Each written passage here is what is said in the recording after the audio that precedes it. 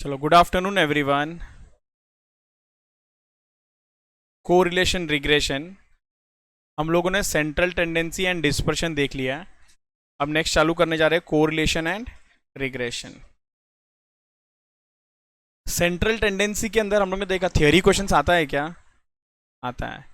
हम लोग ने लास्ट एग्जाम का भी क्वेश्चंस देखा था, उसमें भी थियरी क्वेश्चंस आया था। सिमिलरली कोरिलेशन रिग्रेशन में भी आएगा। तो सबसे पहले हम लोग यहाँ पर भी ना वेटेज का डिस्कशन कर लेते हैं, तो आप लोग मेरे साथ में लिखते जाओ फर्स्ट पेज पे। पहले हम लोग ना वेटेज का बात कर लेते हैं।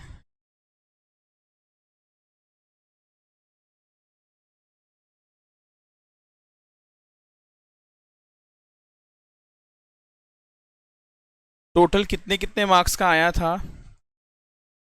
इसमें से थ्योरी कितने मार्क्स का आया था? इसमें से प्रैक्टिकल कितने मार्क्स का आया था? और किस किस अटेम्प्ट में आया हुआ था?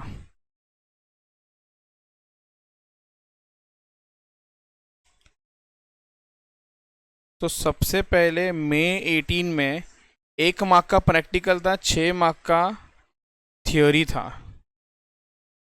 टोटल ये 7 मार्क को आया था।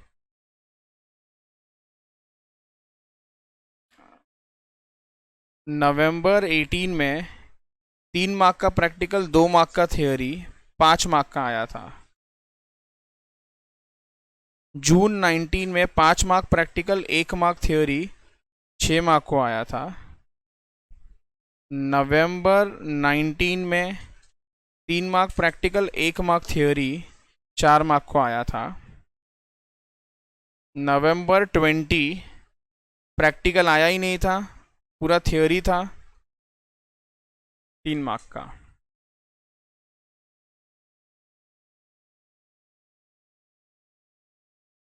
जैन में और एक एग्ज़ाम हुआ था कोविड की वजह से, 1 प्रैक्टिकल आया था, 4 थ्योरी आया था। तो आप ये समझ पा रहे हो क्या थ्योरी भी कितना इंपॉर्टेंट है यहाँ पे? नेक्स्ट, जुलाई 21 में ये 5 मार्क को आया था प्रैक्टिकल, ये 1 ही मार्क को आया था। नेक्स्ट, दिसंबर 21 में 2 मार्क, 2 मार्क और 4 मार्क्स। जैन 22 में 2 मार्क, 4 मार्क, 6 मार्क। अरे बाप रे, practical theory, theory practical, theory बहुत बार जीत रहे हैं। दिसंबर 22 में 4 मार्क, 1 मार्क, 5 मार्क। अब आपका परसेप्शन चेंज हो जाएगा। 5 मार्क, 0, 5 मार्क।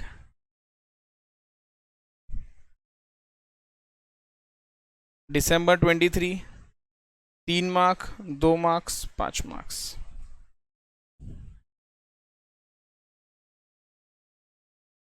ठीक है, हम लोग सेम कंसेप्ट फॉलो करेंगे। पहले टॉपिक के बारे में समझेंगे कि क्या है, उसके बाद उसको मेजर करने के लिए कुछ फॉर्मूले है क्या, जैसे सेंट्रल टेंडेंसी में सेंट्रल टेंडेंसी क्या होता है वो हम लोग ने आइडेंटिफाई किया, डिस्पर्शन में क्या होता है डिस्पर्शन वो आइडेंटिफाई किया, फिर सेंट्रल टेंडेंसी को मेजर कैसे किया जाता है वो देखा था हमने। उस सॉरी, उसी तरीके से डिस्पर्शन को भी कैसे मेजर किया जाता है वो भी देखा था हम लोग ने। सेम यहाँ पर भी कोरिलेशन एंड रिग्रेशन दो कॉन्सेप्ट हैं, एक है कोरिलेशन और दूसरा है रिग्रेशन। हम लोग सबसे पहले समझेंगे कोरिलेशन क्या होता है, और उसके बाद इस कोरिलेशन को मेजर कैसा किया जाता है वो समझना है। तो मैं सिर्फ फॉर्मूला देके नहीं लिखाऊंगा, आपको कॉन्सेप्ट भी समझाऊंगा कि है क्या उसके अंदर। ये सब अंडरस्टैंडिंग इसलिए ताकि थियोरी आए ना तो वो आसान हो जाए थियोरी को समझना। तो हम लोग सबसे पहले चलते हैं इंट्रोडक्शन पे, टुवर्ड्स दिस टॉपिक लिखो इंट्रोडक्शन।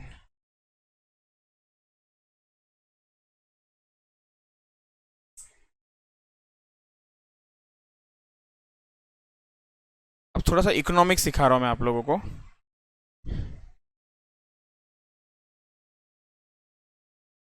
इकोनॉमिक्स, इधर एग्जाम्पल लिख लो। प्रोडक्ट एक्स का डिमांड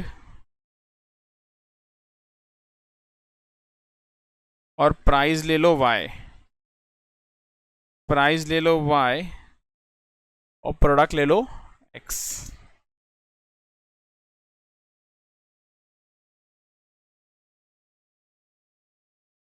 अगर कोई प्रोडक्ट मार्केट में 15 रुपए का मिल रहा था तो लोग इसको ना 50 क्वांटिटी खरीद रहे थे, ये ऐसे एक अजम्पशन है।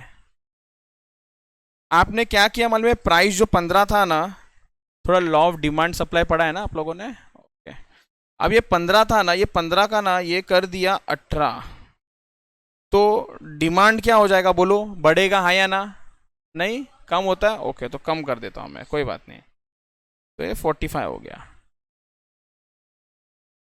अच्छा, अब मैंने क्या किया, ये 18 था ना, इसको मैंने ना कम कर दिया, इसको कर दिया 16, तो अब ये क्या हो जाएगा, बढ़ जाएगा। अगर ये बढ़ जाएगा, अगर ये बढ़ जाएगा तो लेट दिस बी से 48, late this B 48, okay.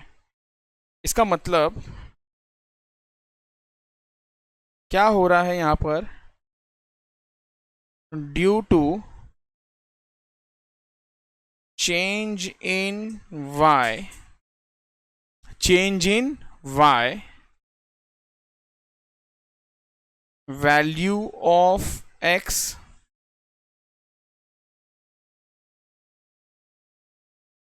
also changes, agree?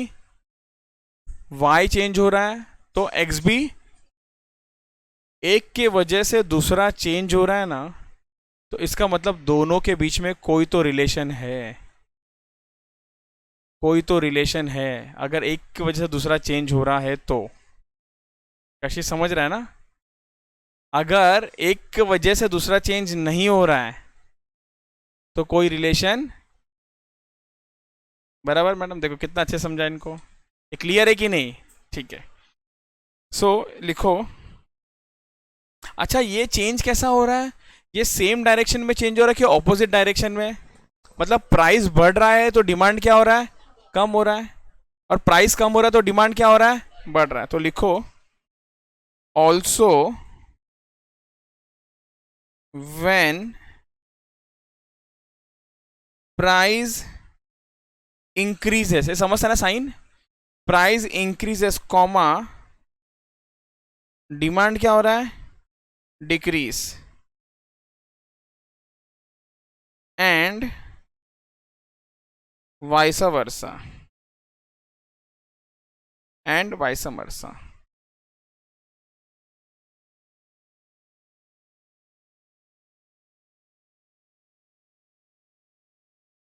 यहां पर आप लोगों के पास जगह है क्या, यहां पर आप लोगों के पास जगह है क्या लिखने के लिए? है, ओके। तो यहाँ यहीं पर लिख दो 10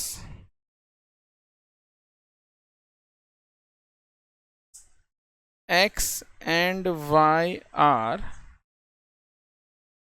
मैडम नहीं है तो नीचे भी लिखोगे चलेगा, बट बुक को बहुत अच्छा बन। चलो, ये क्लियर हो गया। 10 x एंड y आर को रिलेटेड।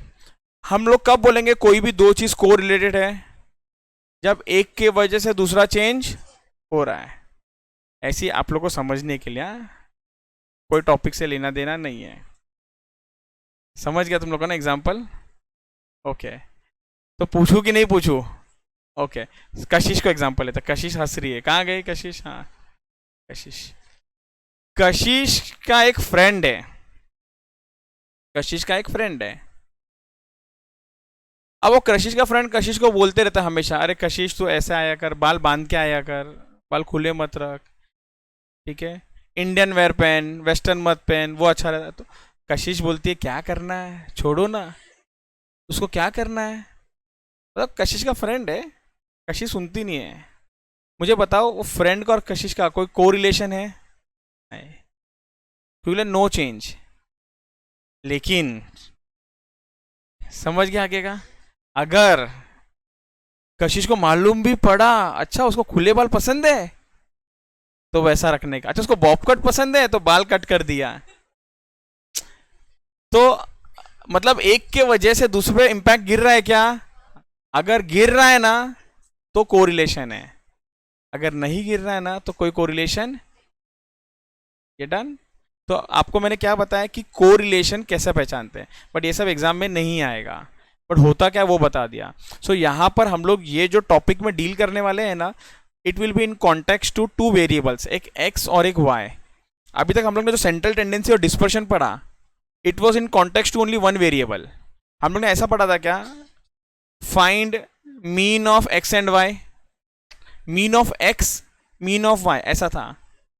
अलग अलग मीन ऑफ एक्स वाई नहीं होता है, लेकिन रिलेशन ऑफ एक्स कभी नहीं हो सकता है, रिलेशन ऑफ वाई नहीं हो सकता है, रिलेशन ऑफ एक्स वाई हो सकता है। दो लोगों के बीच का रिलेशन होता है, तो इसलिए यहां पर दो लोग चाहिए, मतलब दो वेरिएबल चाहिए, एक क्या है आपका एक्स और दूसरा है आपका Y.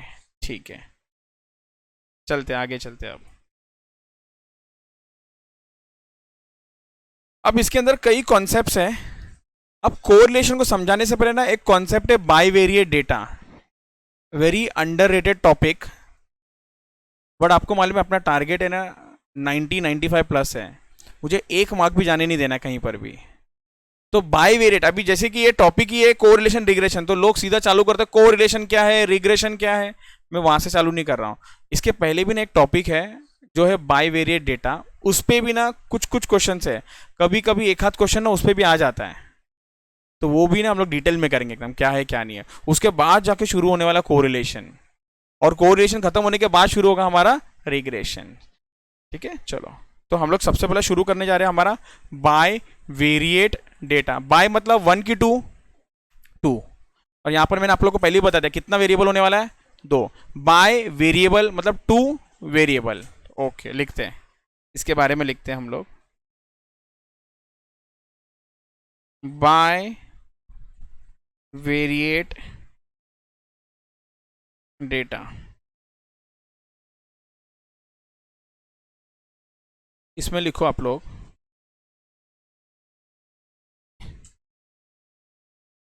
In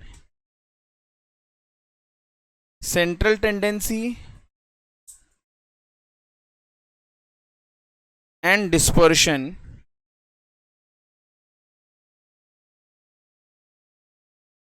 measures were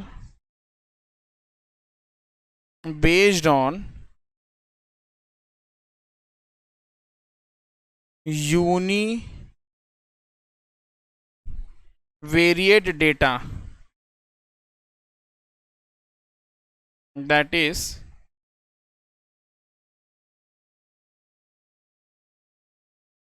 one variable at a time. Agree करते हो आप लोग? सेंट्रल टेंडेंसी में यूनिवेरिएट डेटा था, one variable at a time, मतलब एक्स बार या फिर Y bar. Clear? It was not X and Y bar. Okay, एक लाइन छोड़ के लिखो, इन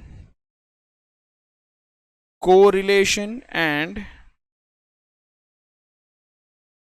regression measure will be based on bivariate data, that is two variables at a time, that is two variables at a time।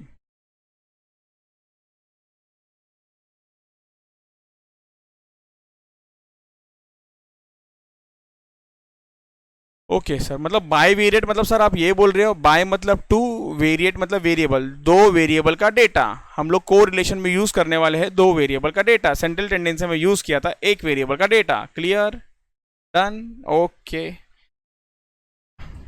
एक minute यहां पर ध्यान दे दो भी प्लीज।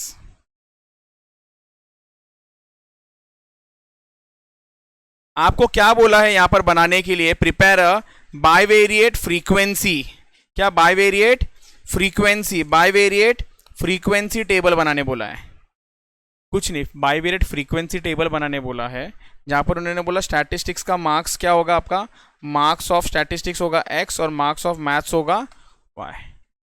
सो यहाँ पर पहला वाला जो है वो x होता है जनरली और दूसरा वाला y। तो स्टैट के मार्क्स कैसे मिल रहे हैं? 15, 1, 2, 8 एक्सेट्रा एक्सेट्रा। और मैथ्स का मार्क्स कैसा है? 13, 3, 6, 3, 10, 9 एक्सेट्रा एक्सेट्रा। क्लियर? ओके, अब यहाँ पर देखते जाओ। अच्छा, एग्जाम में ये बाईवेरिएट टेबल बनाने 101% आएगा नहीं, एक ही मार्क का क्वेश्चन है, बराबर। बट इसके अंदर से हम लोग को क्या क्या सीखना है वो समझ के ले लो। तो मैं यहाँ पर पूरा बाईवेरिएट टेबल बना रहा हूँ।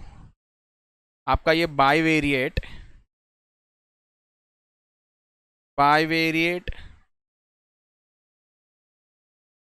फ्रीक्वेंसी टेबल बना रहा हूँ। स्टैट्स का मार्क्स x होता है और मैथ्स का मार्क्स क्या है आपका? y। सो यहाँ पर मैं बोलता हूँ मार्क्स ऑफ मैथ्स जो y है। तो मुझे बताओ सबसे लीस्ट मार्क्स कौन से हैं? सबसे छोटा मार्क्स कौन सा है? जरा देखो देखो देखो देखो, मैथ्स में सबसे छोटा मार्क्स कौन सा है? 1 है। 1 मुझे तो यहाँ पर 1 दिखा है, और कहीं पर कुछ दिख रहा है क्या? सबसे हाईएस्ट मार्क्स देखो कौन सा है?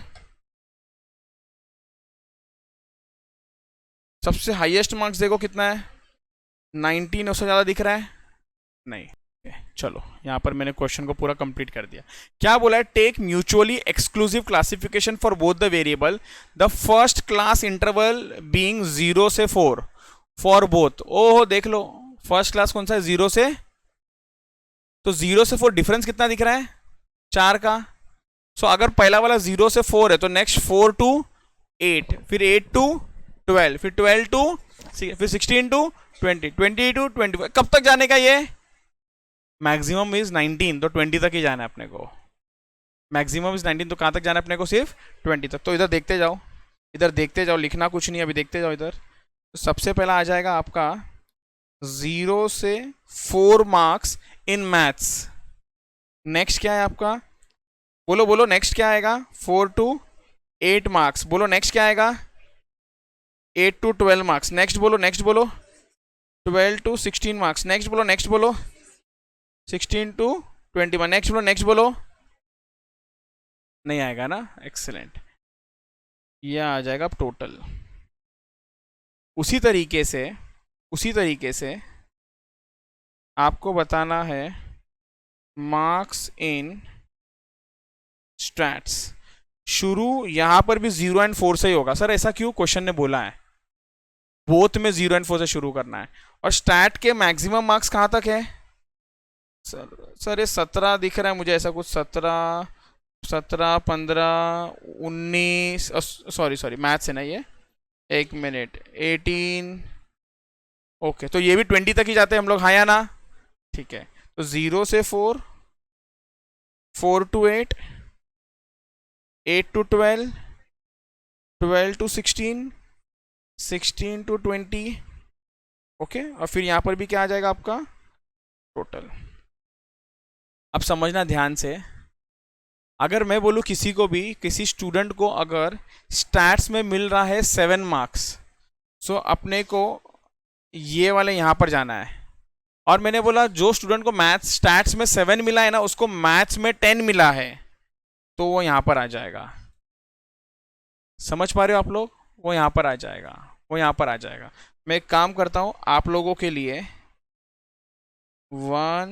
एक मिनट 1, 2, 3, 4, 5, 6, 7, 8, 9, 10, 11, 12, 13, 14, 15, 16, 17, 18, 19, 20, 21, 22, 23, 24, 25। ओके, 15, 13 मतलब स्टैट में मार्क्स कितना है? 15 और मैथ्स में है इसको 14। सो मैं बताता हूँ, ये आपको ना नंबर बताना है कि सर ये नंबर 8 में आएगा, नंबर 9 में आएगा, नंबर 17 में आएगा। तो करना कैसे मैं समझाता हूँ पहले। 15 मार्क्स इन स्टैट्स, अच्छा सर, स्टैट्स बोला तो यहाँ पर है, स्टैट्स में 15 मार्क्स बोला तो यहाँ पर आता है, ओके। और उसके बाद मैथ्स का मार्क्स इतना है 13 है, मैथ्स का मार्क्स 13 है, मैथ्स का मार्क्स 13 इधर आता है, बराबर है ना। तो कौन सा वाला कॉलम आएगा मालूम है आपको? 19 वाला आएगा। कौन सा वाला आएगा मालूम है आपको? 19। ऐसा सीधा लाइन डालना है। ये क्लियर है? शुरू करे, शुरू करते लास्ट बेंच से। करण, ये करण नहीं, भास्कर बोलो। हाँ तो चलो भास्कर बोलो। पहला वाला हो गया, फर्स्ट 1 3 बोलो। 1 3 में फर्स्ट। नेक्स्ट, नेक्स्ट वाला ये हो गया, ये हो गया 2 6। छोटा रखता हूं उसको, 2 6। ये भी फर्स्ट में आएगा, गलत है, सेकंड में आएगा।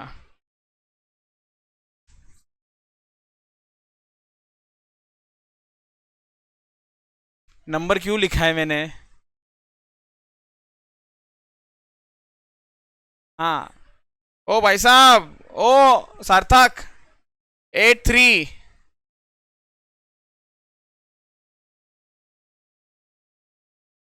बोलो मैडम, 8 3।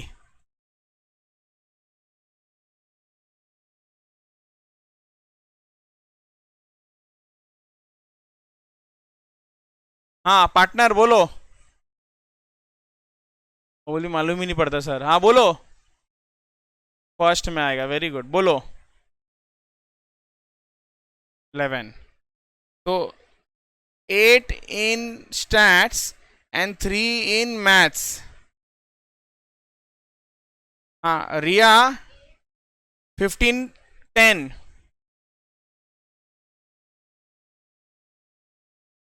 आगे आगे आगे, जल्दी जल्दी।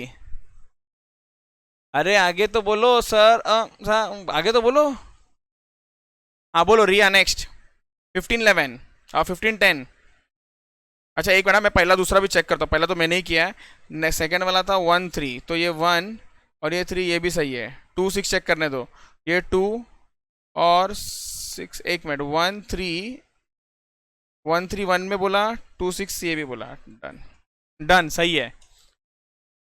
रिया बोलो 15 10।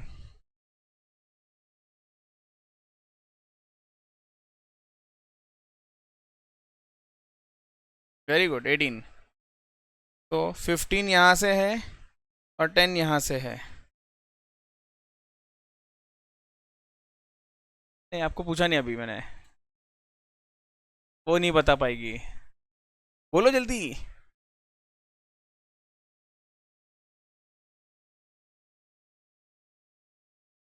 हम्म, 3 वाला। एक मिनट, 3 और 9 बराबर है। नेक्स्ट, 13 19।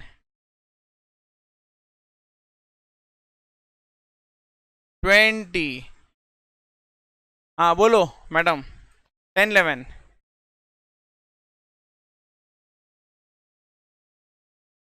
गलत है, बोलो मैडम। 10 11 13। भास्कर जल्दी जल्दी जल्दी जल्दी जल्दी जल्दी। 6 4।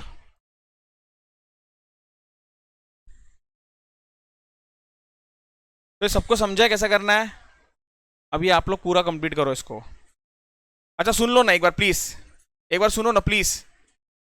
1 2 3 4 5 6 7 8 9 10। ओके करो।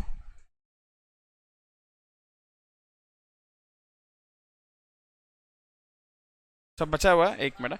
मैं एक मिनट, मैं पहले इसको डिलीट कर देता हूँ, नहीं तो ये कंफ्यूजन देते रहेगा बार बार।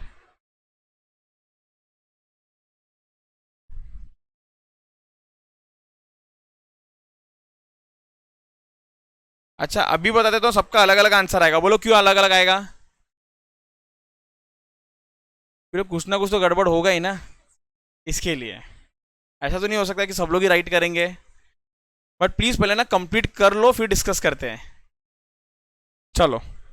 सो फर्स्ट में एक ही लाइन है, सेकंड में भी ये एक लाइन है, थर्ड में भी एक है, यहाँ पर एक है, एक दो तीन चार, एक दो, एक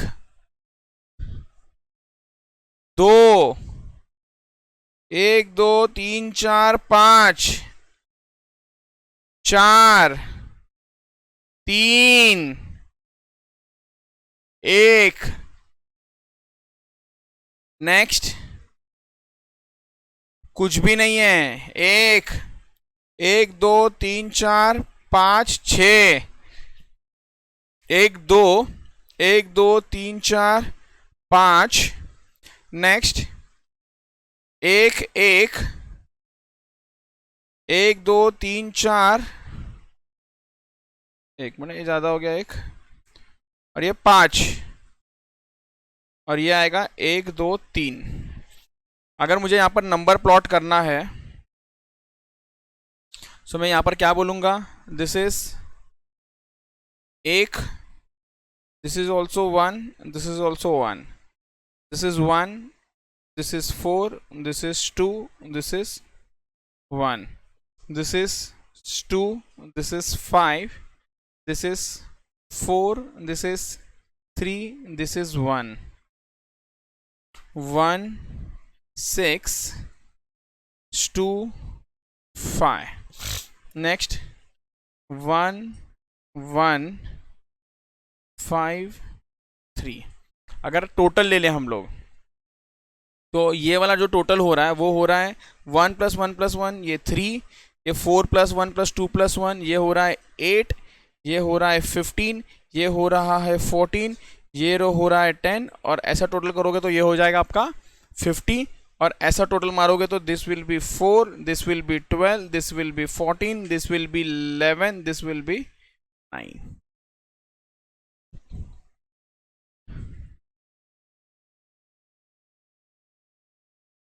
क्या हुआ बताओ, बताओ मुझे भी बताओ, नहीं मुझे भी बताओ, आप उसका हाथ पकड़ के इसको समझा रहे हो, अब मुझे समझाओ क्या बताना है, बोलो बोलो बोलो बोलो, क्या गलत हुआ है मैडम, क्या गड़बड़ किया है, मिस्टेक है, मिस्टेक मिल गया, बराबर है, मिस्टेक था मिल गया, मिस्टेक है, सो कोई भी है जिसका राइट आया, ओके मिस्टेक है ना, चलो। सो अब यहाँ पर कुछ सवाल है जिसका जवाब आप लोगों को देना है। Number of class interval of x, पहले इधर देख लो बाद में लिखते बैठना, आराम से लिखते बैठना। Number of class interval of x, number of class interval of x, कितना क्लास इंटरवल है एक्स का, कितना क्लास इंटरवल है एक्स का, बताओ। हाँ हम्म, हम्म, हम्म, हाँ तो बोलो जरा, आवाज तो आने दो, नहीं तो मैं भी ऐसा करूंगा आपको भी नहीं आवाज आएगा। 5, कौन सा 5 है, एक्सीलेंट। तो इट्स 0 to 4, 4 to 8, अगर काउंट करें ना 1 2 3 4 5, सो मैं इसको m बोलता हूँ, सो दिस इज 5। आप बोलोगे सर 5 हमको बाद में याद नहीं रहेगा, तो मैं लिख देता हूँ 0 से 4, 4 to 8, 8 to 12, 12 to 16, और यहाँ पर लिखता हूँ मैं 16 से, ये 5 है।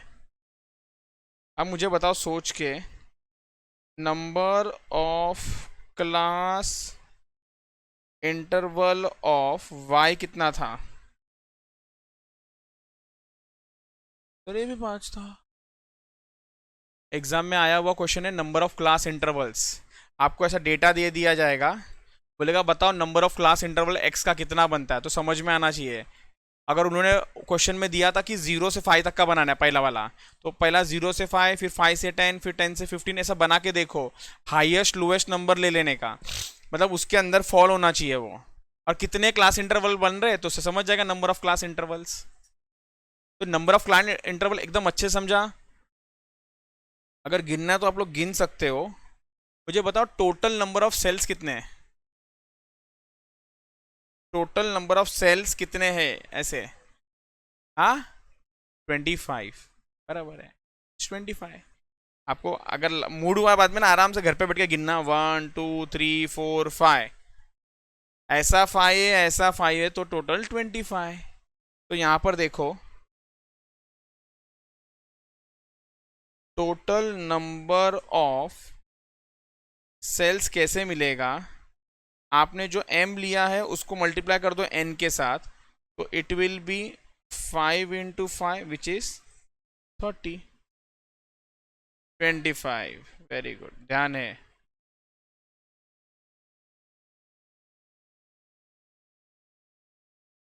ये आया समझ में? क्लियर? अगर समझो ये 6 होता ऐसा और ये 5 ही होता तो अंदर सेल कितना था मालूम है? 30। 6 × 5। तो आपको ये समझ गया कि आपको एक का क्लास इंटरवल चाहिए, आपको दूसरे का क्लास इंटरवल चाहिए, दोनों को मल्टीप्लाई करो तो टोटल नंबर ऑफ सेल्स भी मिल जाता है। ये आ रहा है क्या समझ में कैसा करना है ये सब चीज़ें?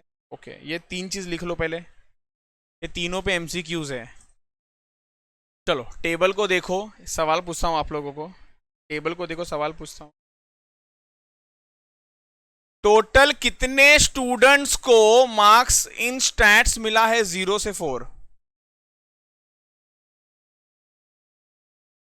1 1। किसी का कुछ अलग आंसर है? आंसर गलत है, यस आंसर इज 4। सवाल ये था कि टोटल स्टूडेंट्स ऐसे कितने हैं जिसको 0 से 4 मार्क्स मिला इन स्टैट्स। स्टैट्स में 0 से 4 टोटल इस 4 लोगों को मिला है, 4 लोगों को मिला है। वैसे ही स्टैट्स में अब आप लोग को समझ जाएगा, मतलब हम लोग सिर्फ स्टैट्स का भी अलग से हिसाब कर सकते हैं, उसी तरीके से हम लोग सिर्फ मैथ्स का भी अलग से हिसाब कर सकते हैं। अगर मैं पूछूं टोटल मैथ्स में मार्क्स मिला है 12 से 16 के बीच में से कितने स्टूडेंट्स हैं? 14। क्लियर? तो मेरे साथ में लिखो आप लोग नेक्स्ट कॉन्सेप्ट इसके अंदर। नेक्स्ट लिखो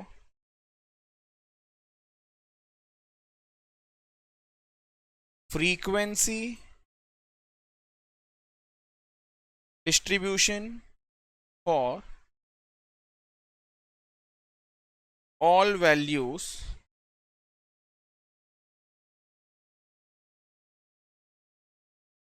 for stats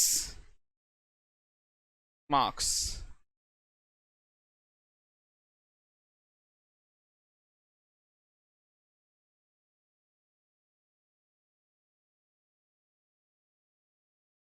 मार्क्स इसको ले लो x, और आपका ये जो नंबर ऑफ स्टूडेंट्स है इसको हम लोग बोलते हैं f।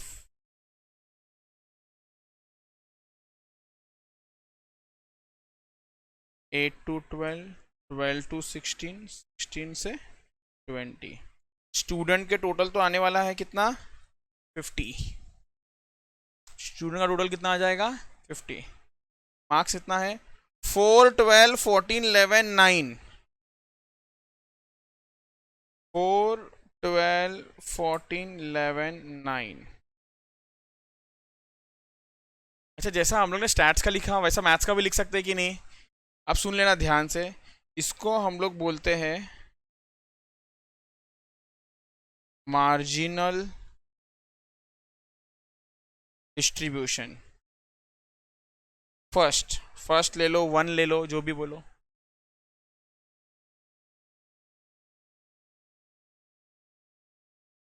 अब वैसे मैं y का भी कर सकता हूँ, बोलो हाँ या ना, y का और f। तो कहना से y में तो यही आने वाला है।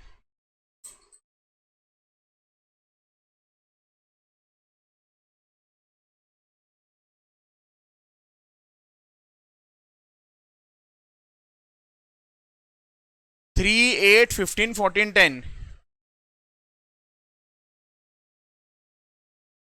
3 8 15 14,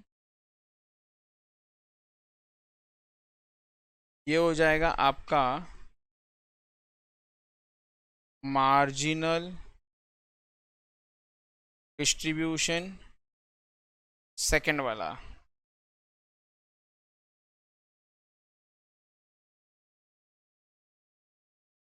क्या आप मुझे बता सकते हो total number of marginal distribution कितने होते हैं? Total number of marginal distribution कितने होते हैं? नंबर ऑफ स्टूडेंट है सवाल था। काय बोल लो मैडम, अब उसको भी पूछते हो? Total number of marginal distributions कितने? आंसर इज दो। वो एक, ये दो। इस पे भी एमसीक्यू है, लिखो। Total number of marginal distribution is equals to 2। इसलिए मैंने पहले आपको ये समझा दिया कि मार्जिनल डिस्ट्रीब्यूशन होता क्या है।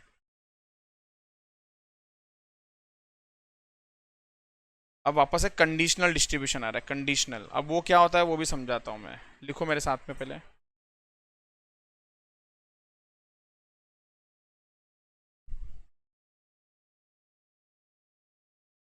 Frequency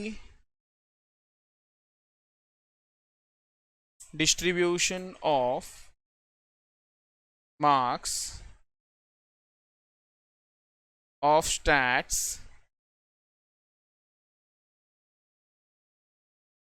with condition that score of maths is between 8 to 2। ये समझ में आया सवाल क्या पूछा है? उन्होंने सवाल पूछा है कि मुझे स्टैट्स के मार्क्स बताओ, स्टैट्स के मार्क्स बताओ, मुझे ना स्टूडेंट के स्टैट्स के मार्क्स बताओ। लेकिन एक कंडीशन है। क्या कंडीशन है मालूम है क्या? मुझे वही स्टूडेंट के मार्क्स बताओ जिसने मैथ्स में 8 से 12 में स्कोर किया है। 8 to 12 ही बताया ना मैंने। मैथ्स में 8 से 12 स्कोर किया। बताओ कौन सा वाला, किसका बात हो रहा है फिर? बोलो बोलो बोलो। मैंने बोला मुझे स्टैट्स में ना मार्क्स चाहिए स्टूडेंट्स के, स्टैट्स में मार्क्स चाहिए, बताओ। लेकिन किसके बताओ? सबके मत बताओ। किसके बताओ? जिसने मैथ्स में 8 to 12 स्कोर किया उसी का बताओ। बोलो फिर क्या होगा? हाँ तो नहीं नहीं, तो आपको एक एक करके बताना पड़ेगा। एक एक करके बोलो। तो आंसर इज 2। ए भाई सब कहाँ डिलीट हो रहा है? 2 5 4 3 1 एंड। समझ गया क्या? अरे ये देखो, ये कॉलम मतलब क्या है? What is this column? बोलती सी मैथ्स है ये। मैथ्स नहीं है, मैथ्स एंड स्टैट्स है। मैथ्स एंड स्टैट्स है। स्टैट्स सब कवर हो गया है, इसके अंदर स्टैट्स सब आ गए, बट मैथ्स सिर्फ एक ही आया है, कंडीशनल बन गया। हाँ 8 to 12 वाला मैथ्स, 8 to 12 वाला मैथ्स। तो आ जाओ। तो यहाँ पर आपका जो x आने वाला है वापस से वो तो सेम ही रहेगा। 0 से 4, 4 से 8, 8 से 12, 12 से 16, 16 से 20। और आपका जो f होगा वो होगा 2 5 4 3 1 15। बराबर है। चलो ओके, चलो इसको ख़त्म करते हैं अब। फाइनल नोट लिख लो।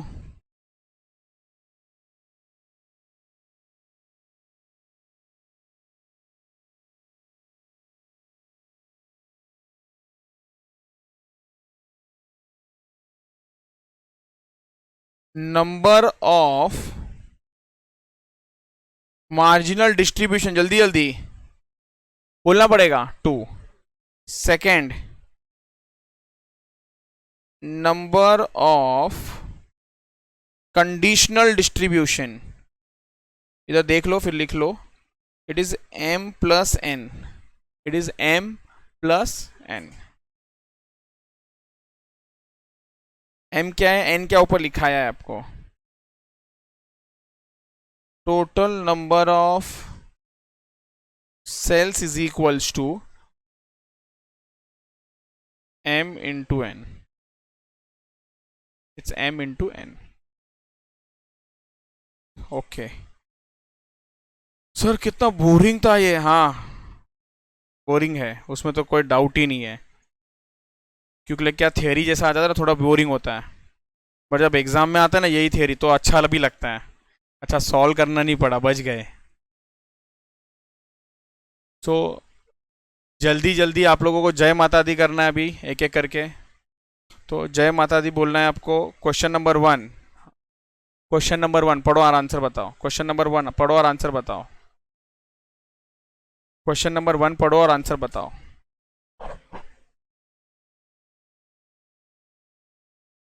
Bivariate data are the data collected two variable irrespective of time, मतलब आज x कल y। More than two variables का हो रहा है, two variables at same time, two variables at different time. हाँ, बोलो बोलो। कैट। ओके, तो ये कैट ने आपको जिता दिया है, शाबाश, वेरी गुड। किसी को कुछ डाउट है क्या? देखो, अगर दो वेरिएबल अलग अलग टाइम पे होगा तो नहीं हो सकता, दोनों को साथ में ही चाहिए, बराबर ना कशिश? ओके, अब क्या बोला है? For a bivariate frequency table having p plus q classifications, total number of cells is dash. एक मिनट,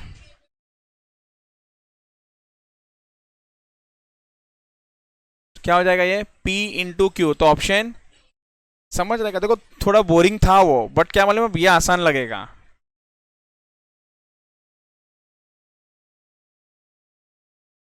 अच्छा, sum of the cells in a bivariate frequency table may be, it may be negative, negative हो सकता है, हाँ या ना? मेरे साथ ही ऐसा गुनगुना, हाँ, मैं ऐसा किया तो तुम लोग बोलेगा हाँ। नेगेटिव मतलब क्या मालूम है? क्या माइनस काटी को क्या आपने टेढ़ा किया क्या उसको? वो जो एक ढाला था आपने, नेगेटिव। नेगेटिव कहां से आ सकता है?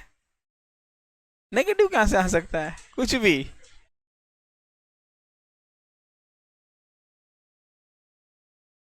ओके, तो कैन इट बी जीरो? ये बोलते हैं नहीं सर, जीरो नहीं हो सकता है। ओके, जीरो नहीं हो सकता है। हाँ हाँ, जीरो, जीरो हो सकता है मैडम? फिर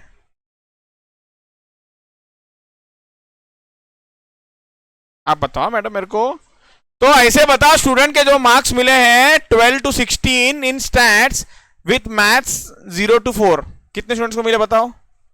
मैथ 0 to 4 और स्टैट्स 12 to 16, कितने स्टूडेंट को मिले? ए, अभी तो बोला जीरो नहीं हो सकता है। जीरो नहीं हो सकता है ना? हो सकता है क्या? तो वही यहां पर भी बोला है ना। सवाल क्या है? सम ऑफ द सेल्स में बी, क्या सम ऑफ द सेल्स में बी जीरो हो सकता है? पहला इसको तो बाय नेगेटिव, तो मतलब -1 स्टूडेंट तो हो नहीं सकता है। ए और बी, जैसे ए आ गया तो ये भी गलत हो गया उसकी वजह से, तो भाई आप बी आंसर हो। ये क्या क्लियर है सबको? ओके, समझ में आ रहा? थोड़ा थोड़ा थोड़ा थोड़ा समझ रहा तो अच्छी बात है। For a P into Q by variate, पढ़ू की समझ गया? मैक्सिमम नंबर ऑफ मार्जिनल, बोलो बोलो बोलो। Two, two. Okay, next fifth वाला, maximum number of conditional, A B C D, जय माता दी। हाँ बी, ओके बी, बी कर देने का, बी आएगा, लिखा के भी दे दिया है, पी प्लस क्यू। अच्छा सर, को रिलेशन पे सवाल आया। हाँ, को रिलेशन पे सवाल आया। बस अब चलते हम लोग हमारे चैप्टर की तरफ। तो अभी चैप्टर नहीं था, नहीं चैप्टर ही था, चैप्टर का एक इंट्रो था वो, बाई वेरिएट। अब हमारे आने वाला है थोड़ा नंबर, थोड़ा मैथ्स। अब मैथ्स आने वाला है। क्या चीज? ओके, चलो ओके। बोले कि सर बात बात में चिपका तो दिया है। ओके, चलो चालू करते हैं हम लोग कोरिलेशन। चलो,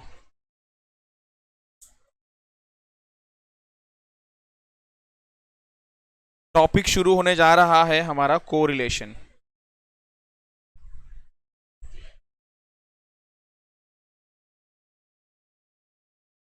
कलरफुल रखो मैडम, लाइफ कलरफुल होना चाहिए, है ना।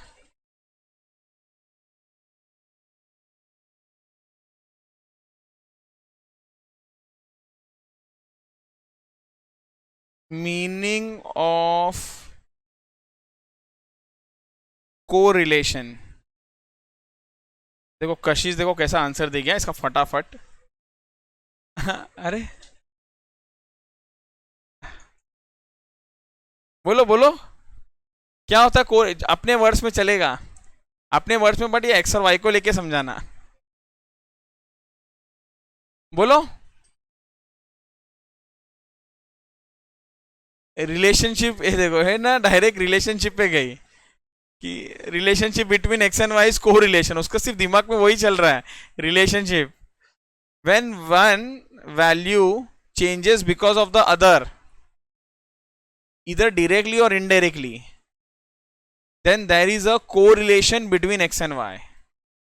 मतलब because of price change demand also changes और supply changes, demand change और supply change, clear है? ओके, लिखते हैं हम लोग meaning. in a bivariate data, देखो मॉड्यूल में कैसा लिखा था, अब आपको समझ में आता रहेगा। इन अ बाइवेरिएट डेटा मतलब ऐसा डेटा जहां पर एक्स और वाई दोनों के वैल्यू दिए हैं। In a bivariate data if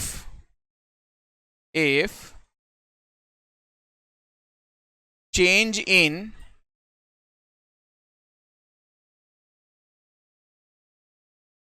one variable cos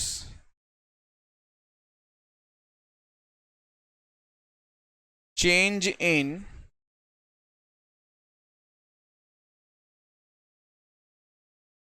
another variable either directly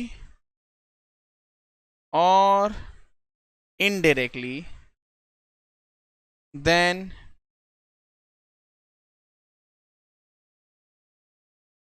two variables are connected। आहा, क्या बात है सर, इजी।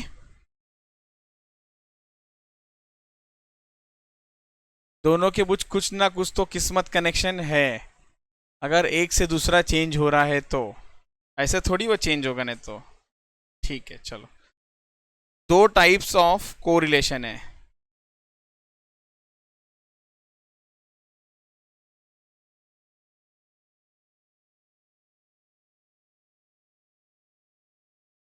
एक जो बोला वो करने का, एक जो बोला वो एग्जैक्टली उल्टा करने का। तो मतलब एक सेम डायरेक्शन, एक ऑपोजिट डायरेक्शन। और ट्रस्ट मी, इस पे भी बहुत क्वेश्चंस है, नेगेटिव कोरिलेशन पॉजिटिव कोरिलेशंस पे बहुत क्वेश्चंस मिलेंगे। एटलीस्ट कितने, अगर 150 क्वेश्चंस होंगे ना, तो एटलीस्ट 10 क्वेश्चंस होंगे उस पे, पॉजिटिव नेगेटिव पॉजिटिव नेगेटिव। तो जरा समझते हैं इसको डिटेल में हम लोग, लिखो आप लोग।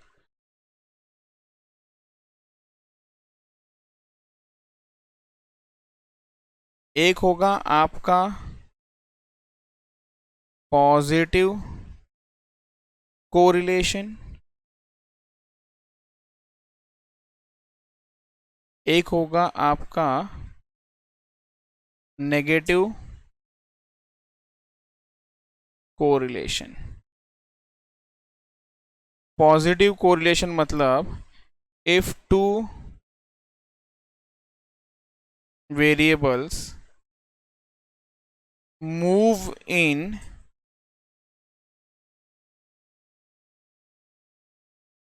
सेम डायरेक्शन, मतलब x और y दोनों ही बढ़ रहा है या दोनों ही कम हो रहा है, दोनों सेम डायरेक्शन में जाना चाहिए।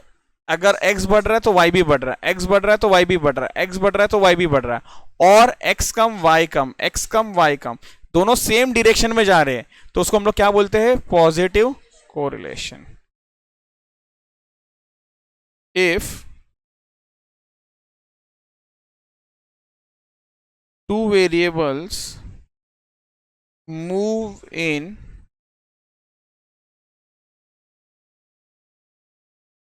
opposite direction,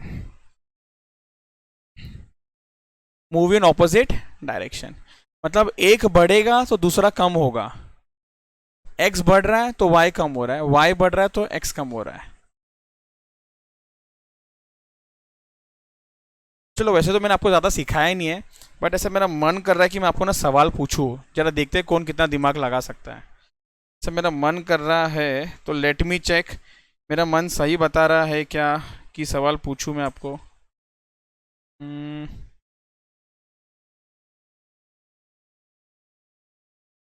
एक मिनट रुको। Question number 95। तो बोलने का आप लोग मेरे को मौका ही नहीं दोगे। Very good, excellent, very good very good. यही ऐसे स्पीड से आना चाहिए, देखा नहीं कि पहचान गए। सो यहाँ पर price and demand is an example of negative. क्यों? प्राइस और डिमांड ऑपोजिट डायरेक्शन में जाता है। Okay very good. एक मिनट, क्वेश्चन नंबर 100। अच्छा एग्जाम के क्वेश्चन है ये सब, ऐसा बनाया हुआ नहीं है, एग्जाम के क्वेश्चन है। बोलो 100 सेंचुरी।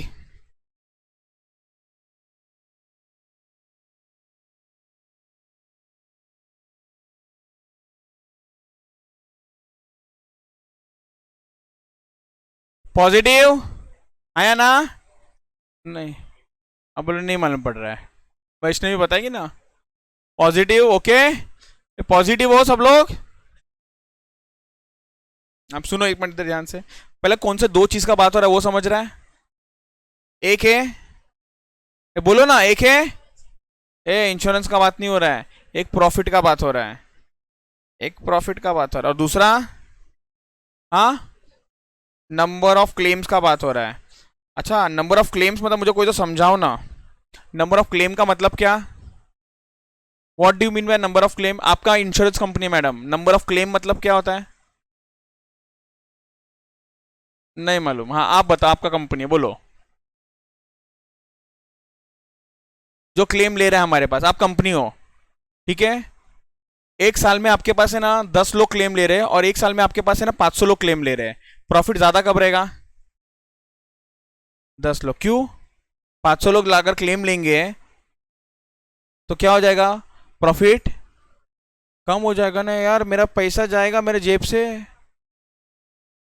ये हाँ या ना? तो मतलब अगर क्लेम बढ़ेगा तो प्रॉफिट क्या होगा? ये समझ रहा है कि नहीं समझ रहा है? और ऐसा ऐसा होता है ना, तो ऐसा ऐसा होता है नेगेटिव। समझ आया सबको? ओके। क्वेश्चन नंबर 104 जून 17 में आया है।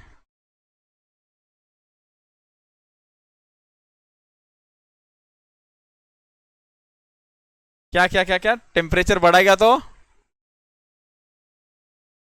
कैसे? एग्जाम्पल तो मेरे को जरा। हाँ नहीं कैसे है, ऐसा थोड़ी है, मेरे को समझा। हाँ टेम्परेचर ज्यादा तो गर्मी लगता है। वेरी गुड, तो ऐसा समझा है ना ये? ऐसा ऐसा तो नहीं ना? वेरी गुड वेरी गुड, बहुत अच्छा एक्सप्लेनेशन भी दिया आपने, एकदम करेक्ट। टेम्परेचर ज्यादा होने से ठंडी लगता है, बराबर? नहीं ना, गर्मी लगता है। टेम्परेचर बढ़ गया, ओ 54 डिग्री हम लोग ऐसा बोल रहे थे ना दिल्ली में बहुत, तो वहां पर क्या था, एसी दिन भर चालू था जिसकी वजह से ब्लास्ट वास्ट होने लगा है। तो हाँ कितना एसी ब्लास्ट हुआ? बहुत सारा हुआ। तो यहाँ पर टेम्परेचर ज्यादा तो पावर कंजम्पशन भी ज्यादा, तो ये कौन सा कोरिलेशन हुआ? पॉजिटिव। 115 last question.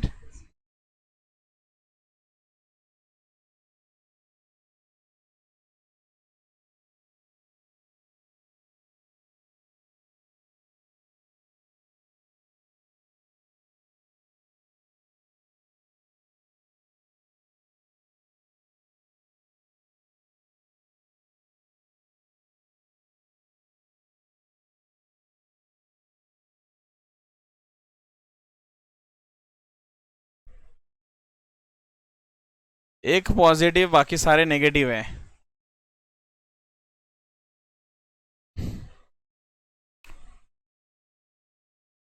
हाँ तो ध्रुवी का आप समझाओगे। अच्छा पहले कौन से दो चीज के बीच में बात हो रहा है वो बताओ।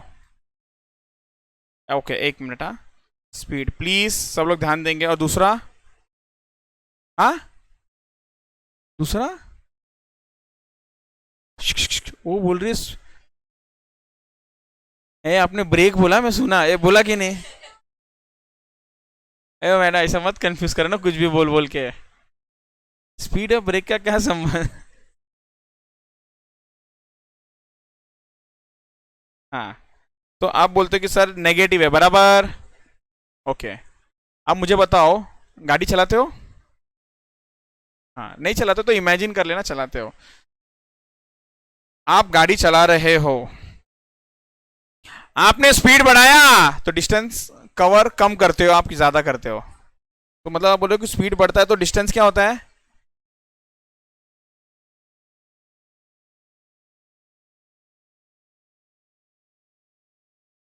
Done, clear, okay. चलो आ जाओ वापस से यहाँ पर। एक काम करो ना, लिखा है आप लोग ने कौन सा क्वेश्चन हमने किया हुआ है, किसने नोट किया अलग से। आपने किया नहीं किया, मैंने बोला था ना कर लो। हाँ बोलो 95, 100, हाँ 104, 115। चलो ठीक है। क्या मालूम इससे ना आपको आइडिया मिल जाता है, इससे आपको आइडिया मिल जाएगा, इससे आइडिया मिल जाएगा कि इससे रिलेटेड क्वेश्चन इधर है। ये डन है क्या सबको, क्लियर इजी। ठीक है चलो।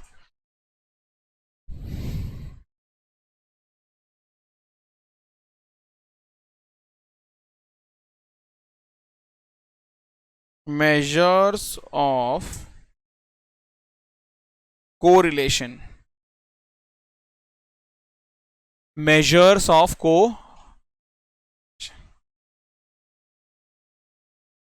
सबसे पहला है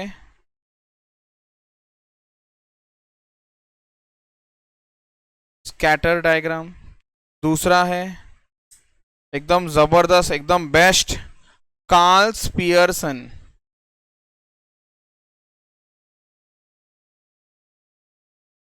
प्रोडक्ट मूवमेंट कोरिलेशन कोइफिशिएंट। छोटा सा नाम है, ज्यादा नहीं है। Carl's Pearson product movement correlation coefficient, बस। वो शाहरुख खान का एक पिक्चर था ना, वो चेन्नई एक्सप्रेस में नाम बताता है वो, मालूम है कि नहीं, वैसा है इसका नाम।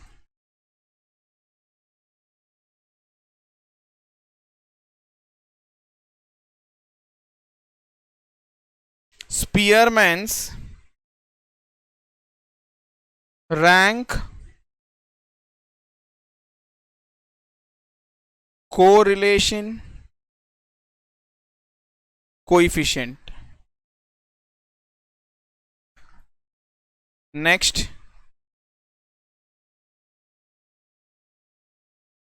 कोइफिशिएंट ऑफ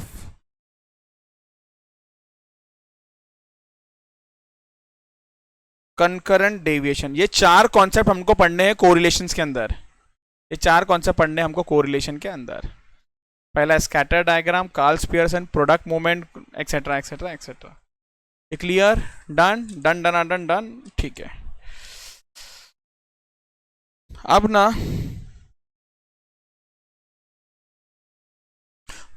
कोई भी टॉपिक शुरू करने से पहले मैं आपको बताता हूं ऑब्जेक्टिव क्या होने वाला है हमारा। लिखो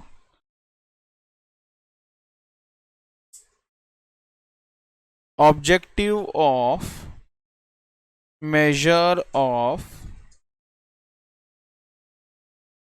कोरिलेशन,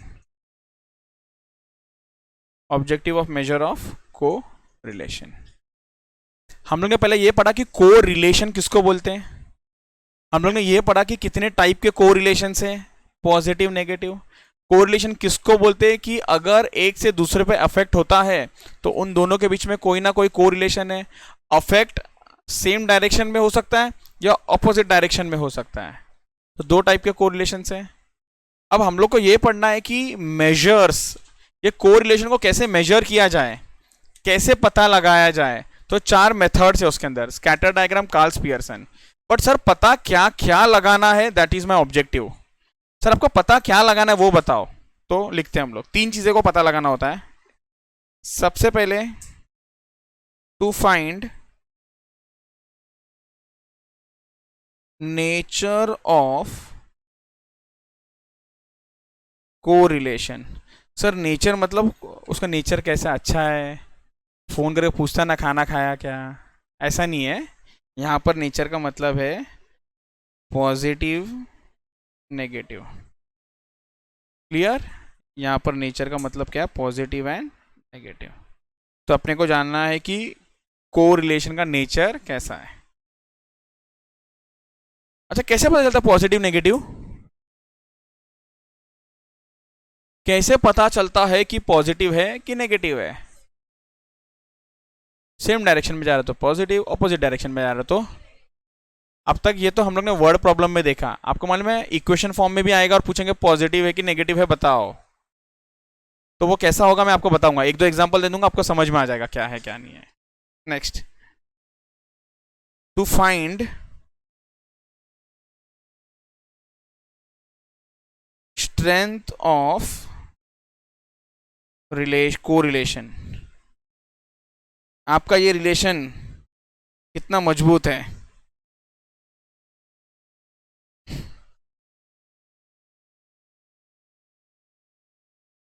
हाई, क्या होगा, खांसी आ रहा है, हाई और लो हाई और हाँ, ये हाई लो कैसा मालूम पड़ता है मैं बताऊंगा। हाई लो मतलब हाई एंड लो, लोग बोले कुछ और बोल दिया इसको, हाई लो। ओके, तीसरा है to find value of correlation. Value का मतलब होता है नंबर, वैल्यू का मतलब होता है नंबर, 0.854, 0.75, ऐसा कुछ तो नंबर होगा। वैल्यू कितना है वो पता। तो ये 3 मेन ऑब्जेक्टिव है फॉर मेजरिंग द को रिलेशंस। अब सबसे पहला क्या था हमारा मेथड के अंदर, सबसे पहला मेथड कौन सा है, स्कैटर्ड डायग्राम। सबसे पहला मेथड कौन सा था हमारा, स्कैटर्ड डायग्राम। एक मिनट, चलो शुरू करते हैं उस स्कैटर डायग्राम से हम लोग।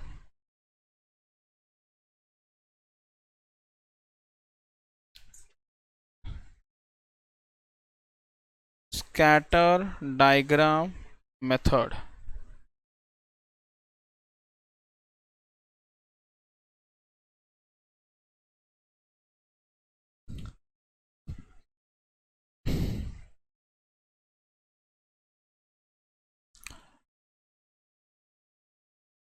स्कैटर डायग्राम मेथड में पहले एक बार देख लो, समझ लो। एक डायग्राम इधर बनेगा, दूसरा डायग्राम इधर, तीसरा इधर, चौथा इधर और फिर 5वां डायग्राम। ऐसा 5 डायग्राम बनने वाले टोटल। क्लियर? चलो लिखते हैं हम लोग।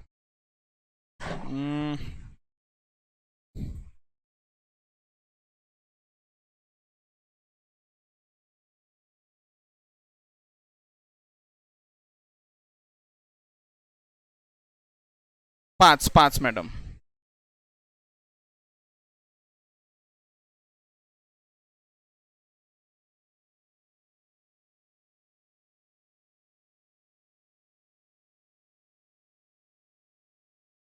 देखो मैं जिसको फटाफट स्पीड में बना रहा हूँ, आप लोग भी वैसे ही करो।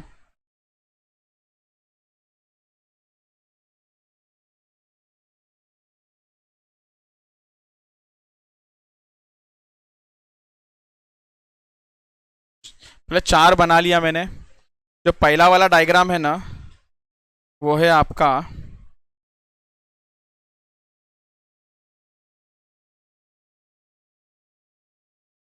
पॉजिटिव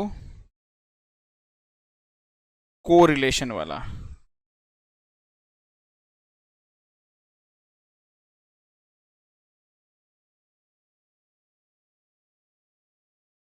और ये कोरिलेशन कोरिलेशन जहां आ रहा है ना, एक मिनट, चलो ठीक है बाद में लिखा देता हूँ।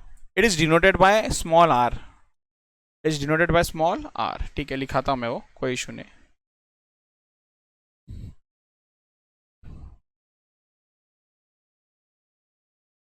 अब पॉजिटिव कोरिलेशन जो है ना,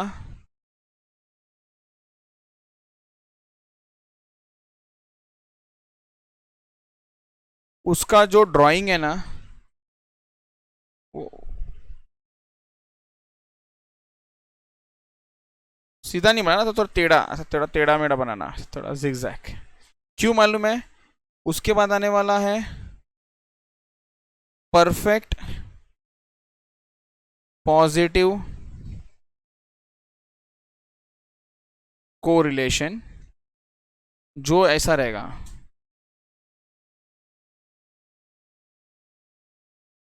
क्लियर? Perfect positive correlation. अभी ये जो मैं लिख रहा हूं ये लिख लो ब्रैकेट में, ज्यादा कुछ समझेगा नहीं आपको, इसका जब समय आएगा तो मैं बता दूंगा।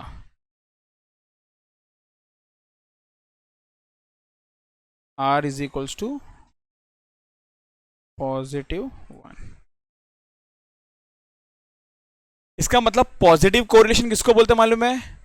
जो नीचे से ऊपर जाता है, नीचे से, तो वो क्या बन गया आपका? पॉजिटिव। लेकिन जो नीचे से ऊपर जाता है एक स्ट्रेट लाइन में, वो परफेक्ट पॉजिटिव होता है। ठीक है। नेगेटिव क्या होगा फिर? जो ऊपर से नीचे आता है, लिखो नेगेटिव कोरिलेशन, और यहां पर आने वाला है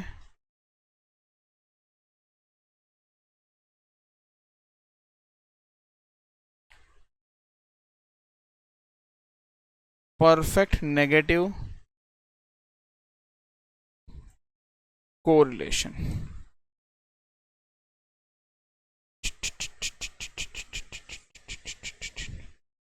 ऐसा ऐसा करके था, तो ये कैसा रहेगा? एकदम स्ट्रेट लाइन।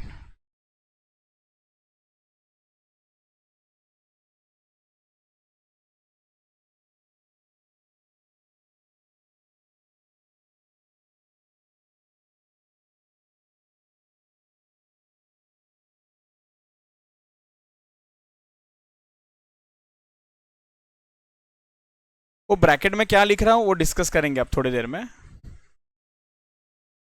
तो वापस से लेफ्ट से राइट में जो जा रहा है, लेफ्ट से राइट में जो ऊपर जा रहा है, वो कौन सा है correlation? Positive. Clear?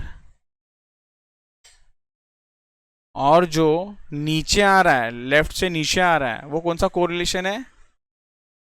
Negative correlation. ठीक है। और लास्ट मैंने जैसा बताया था और एक डायग्राम बनेगा। अच्छा, सब जगह पर ना एक्स वाई लिख लो ना। This is your x, this is your y, ये है वाई, ये है x. Y x, y x, y x.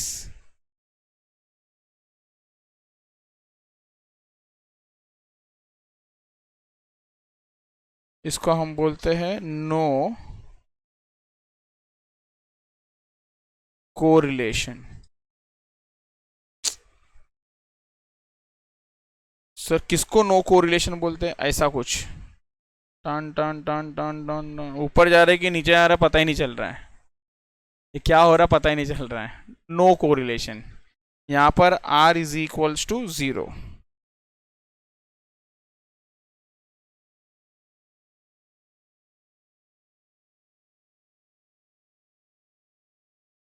तो सबसे पहले सबको समझ गया क्या पॉजिटिव किसको बोलते हैं, नेगेटिव किसको बोलते हैं? चलो मेरे तसल्ली के लिए मैं सवाल पूछता हूँ पहले एक दो लोगों को, फिर आगे बढ़ते हैं। पूछू?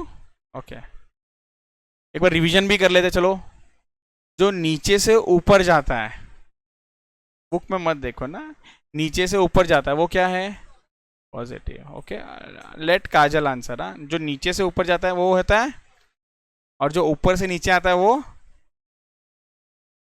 मेरे बातों पे ध्यान बिल्कुल नहीं देना, मैं गलत भी बोलूंगा, मैंने बता दिया। जो मैं बस लिख रहा हूं उस पर ज्यादा ध्यान देना है। ओके, समझा? नीचे से ऊपर गया तो पॉजिटिव, और ऊपर से नीचे आया तो नेगेटिव। ठीक है, इधर मैडम मैंने नहीं बोला तो भी वहीं पे थे। ऊपर से नीचे आ रहा है, पॉजिटिव है कि नेगेटिव है? इधर बोलो, ध्रुविका बोलो। वेरी गुड, तो आंसर इज पॉजिटिव। क्यों पॉजिटिव है? क्योंकि ये क्या हो रहा है मालूम है? नीचे से ऊपर जा रहा है। अच्छा, मालूम कैसा पड़ता है नीचे से ऊपर जाता है ये? एक्सीलेंट, स्टार्ट देखने का ना, स्टार्ट, ये स्टार्ट है। तुम लाइन ऐसा मारो या ऐसा मारो, फर्क नहीं पड़ता है, समझ रहे हैं? लोगों को मित्र रहता है कि अच्छा सर मैंने नीचे से लाइन मारा ऊपर तो ये पॉजिटिव हुआ, अगर मैंने ऊपर से ऐसा लाइन नीचे मारा तो ये नेगेटिव हुआ। ऐसा कुछ, दोनों एक ही है। आपको ये देखना है कि स्टार्ट किधर है, स्टार्ट। क्या ये डिफरेंस सबको समझ आ रहा है? Okay, very good. चलो तो थोड़ा सा डिटेल में चलते हैं अब, धीरे धीरे धीरे धीरे। इधर देखो, ये है आपका नंबर लाइन। मिडिल में कितना होता है? 0। यहां पर सारे नंबर, एक मिनट, यहां पर सारे नंबर पॉजिटिव होते हैं, और यहां पर सारे नंबर बराबर है, हाँ या ना?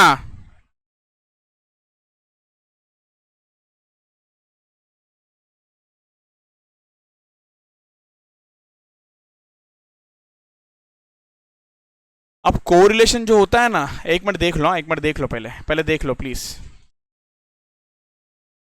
बहुत बहुत इंपॉर्टेंट चीज बताने जा रहा हूं। जो कोरिलेशन है ना, कोरिलेशन, उसका आंसर ना यहां से यहां तक ही आएगा। मतलब कहां से कहां तक? -1 से 1 तक ही आएगा। अगर आपका आंसर 1 के ऊपर गया ना तो आंसर गलत है।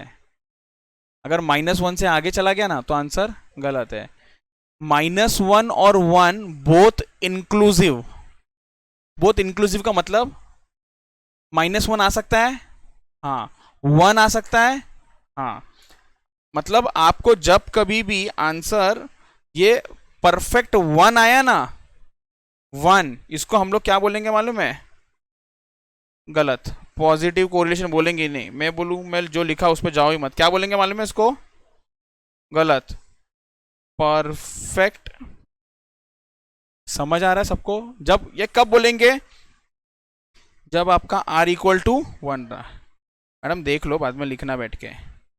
ये जो एरिया है ना, ये जो एरिया इधर आंसर आता है ना, इसको हम लोग बोलते हैं पॉजिटिव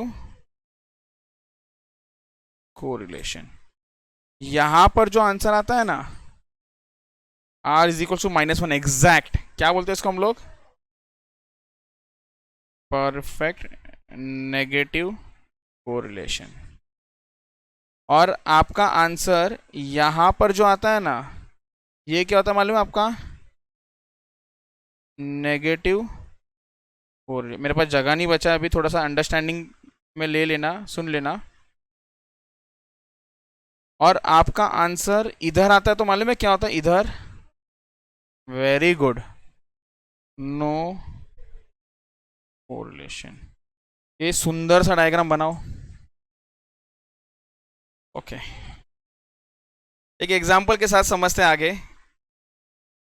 एक एग्जांपल लिखो आप लोग अब।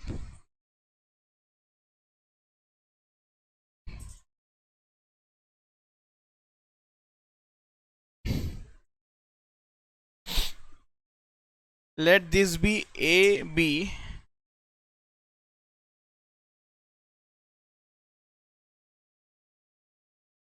सी डी। इधर इधर डॉट देखो, मेरे डॉट कैसे है, ठीक है? हाँ, नहीं नहीं, वो बाद में अपन बात करते हैं कैसा, बट दिख गया ना कैसा है? Okay.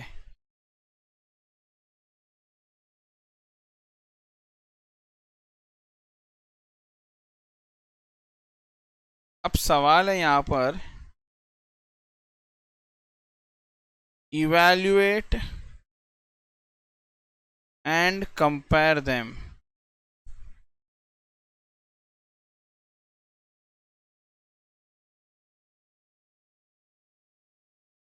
Evaluate and compare them.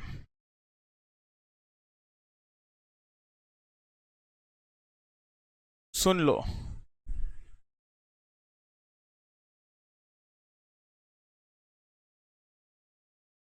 चार लोग हैं, एक कशिश, मिस्टर कशिश, रिया, चार लोग हैं, ए बी सी डी। आप लोगों को मुझे तीन चीज बताना है इसके बारे में। सबसे पहला आप लोगों को बताना है नेचर के बारे में। सर नेचर मतलब क्या होता है? पॉजिटिव है कि नेगेटिव है? तो क्या है? अच्छा ए बी क्या है? ए बी क्या है? दोनों नो को रिलेशन है, वो बोलती है मैडम। तो ए बी में नो को रिलेशन। मेरा शायद डायग्राम ज्यादा गंदा तो नहीं बना? अरे नो को रिलेशन में क्या होता है ना, नो को रिलेशन में ऐसा आता है। सर ये वैसा ही है, ओके। इसको थोड़ा मैं, हो सकता है, हो सकता है।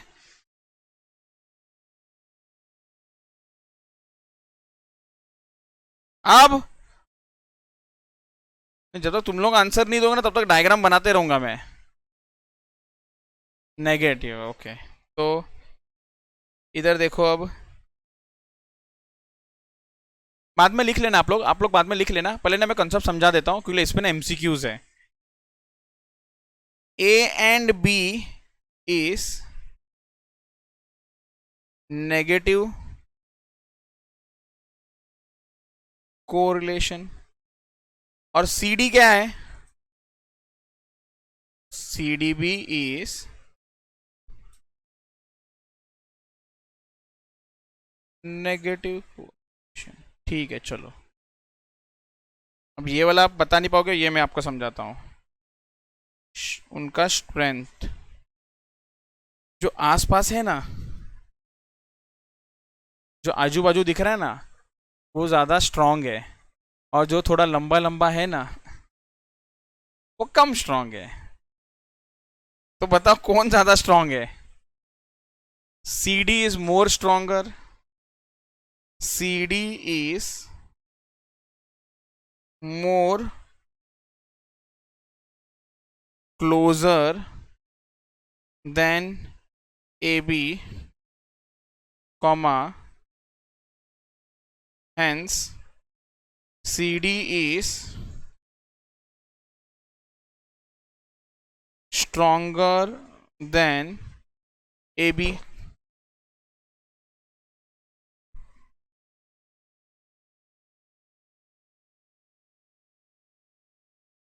कितना स्ट्रोंगर और कितना वीक बताओ? कितना स्ट्रॉन्ग कितना वीक, मतलब आर कितना आंसर आ रहा है आर का? 0.54858। क्या ये मालूम पड़ पा रहा है इस डायग्राम से? Answer is no. इसका मतलब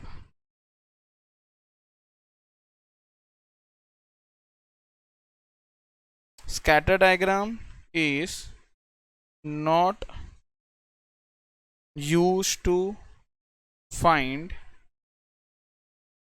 value of। तो ये एक डिसएडवांटेज है इसका, एमसीक्यू है इस पे। अगर मैं आपको डायरेक्ट लिखा तो समझ नहीं आता था क्या चल रहा है। स्कैटर डायग्राम है ना, अपने को देखो तीन चीज बताना चाहिए। ओ भाई साहब लोग, ओ हो तीन चीज बताना चाहिए। एक तो नेचर, स्ट्रेंथ और वैल्यू। स्कैटर डायग्राम नेचर बताता है, स्कैटर डायग्राम स्ट्रेंथ बताता है, पर स्कैटर डायग्राम वैल्यू नहीं बता पाता है। नेचर समझ गया, स्ट्रेंथ समझ गया, बट वो वैल्यू नहीं बता पाता है। ये तीनों बताने वाला बस एक ही शहनशाह, एक ही हीरो है, कार्ल पियर्सन। तीनों बताता है वो। ये आया समझ में? आएगा आएगा, बाद में आएगा। बट ये समझ आया आप लोगों को क्या लिखा है यहाँ पर, ये डायग्राम से लिख लो। क्लोज फटाफट, let's close this scatter diagram वाला नोट लिख लेते हैं इसके लिए, नोट लिख लेते हैं इसके लिए और ख़त्म करते हैं इसको अब। नोट, मुझे बताओ जरा समझ में आ रहा है कि नहीं क्या नोट लिख रहे हो? इट मतलब कौन? Scatter diagram. It helps us to find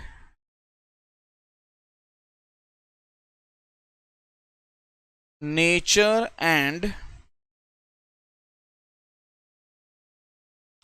relative strength of correlation। समझ आ रहा है सेंटेंस अभी सबको?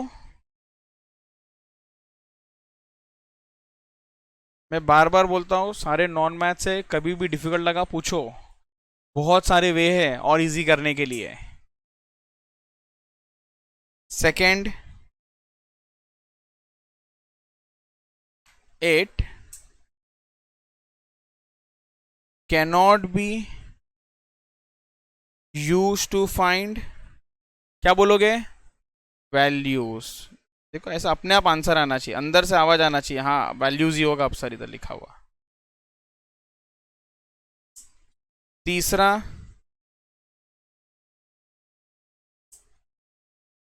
Diagrams are time taking.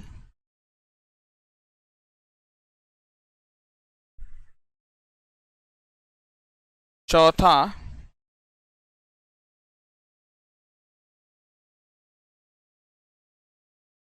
it is useful for non linear correlation also।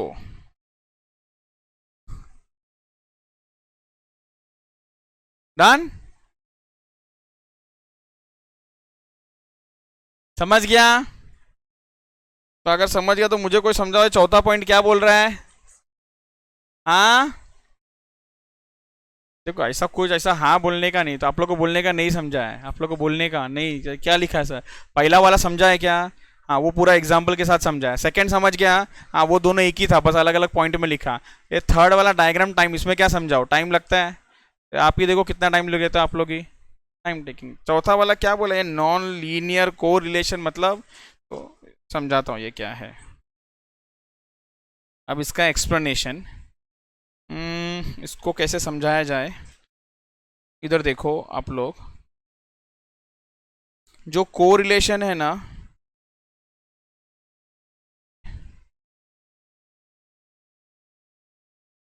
एक होता है लीनियर,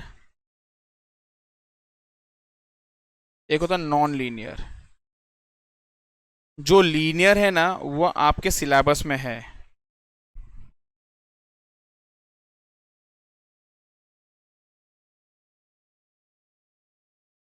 सर लेकिन हमको समझाओ तो सही पहले ये नॉन लीनियर क्या है।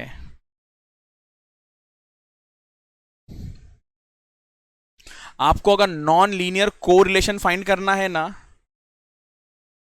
मतलब दो के बीच में एक सिंपल सा रिलेशन दिया हुआ होगा, x plus 4y is equals to 3, इसको लीनियर बोलते हैं। मैंने नॉन लीनियर अगर आपको पता लगाना है, नॉन लीनियर कोरिलेशन के बीच में पता लगाना है, उसके लिए बस एक ही मेथड काम आता है, उसके लिए एक ही मेथड काम आता है। Only one method can be used, जिसका नाम है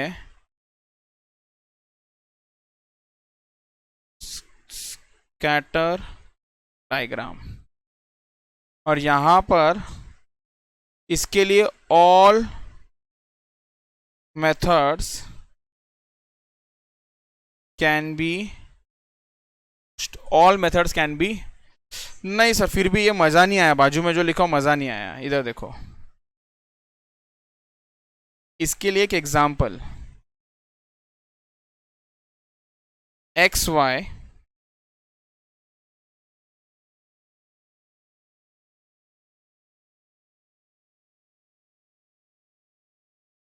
थ्री 1 0 1 3, ड्रॉ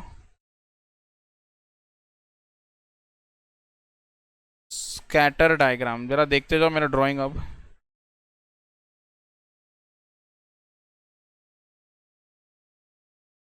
ये x है, ये y है, ठीक है।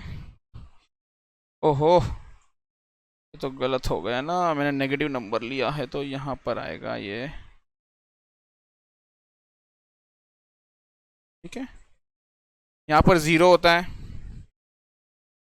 1 2 3 4, -1 -2 -3 -4, 1 2 3 4। तो सबसे पहला x है -2 और y है 3। x है -2 और y कितना है 3। तो कहना है यहाँ पर मुझे प्लॉट करना चाहिए, यस और नो बोलो। अच्छा डोंट वरी, ये सब एग्जाम में आएगा नहीं, बस मैं ये समझा रहा हूँ आपको कि क्या है ये। तो यहाँ पर ये पॉइंट आ गया, ये मैंने इसको लेके सॉल्व किया। अब मैं इसको लेके करता हूँ। x क्या है अपना, x है -1 और y कितना है 1, तो यहाँ पर कहीं पर आ रहा है पॉइंट, तो पॉइंट आ रहा है यहाँ पर। नेक्स्ट 0 0 यहाँ पर, नेक्स्ट 1 1 यहाँ पर, नेक्स्ट 2 3 यहाँ पर। अगर लाइन मारने का काम करे,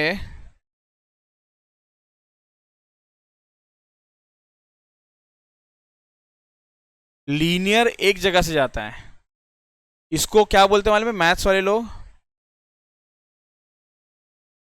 लिख देता हूं मैं, दिस इज कर्वीलीनियर। मतलब कर्वीलीनियर, और यहाँ पर स्कैटर डायग्राम के थ्रू पता चल रहा है, बट बाकी तो आप नंबर्स के थ्रू ये नहीं कर पाते थे। तो बेसिकली बट ये अपने सिलेबस में है नहीं, तो इसके लिए बस एक स्टेटमेंट है जो आपको थोड़ा सा याद रखना है। मतलब सुन लो ना conclusion, scatter diagram linear non linear दोनों के लिए यूज होता है। अकेला स्कैटर डायग्राम ऐसा है जो लीनियर नॉन लीनियर दोनों के लिए यूज होता है, एक ऐसा सोचो। या फिर नॉन लीनियर के लिए यूज होने वाला बस एक ही है, स्कैटर डायग्राम। क्या बोला, it is useful for non linear correlation also. Done, लिख लो लिख लो, बना लो। चलो will take a break, then will continue.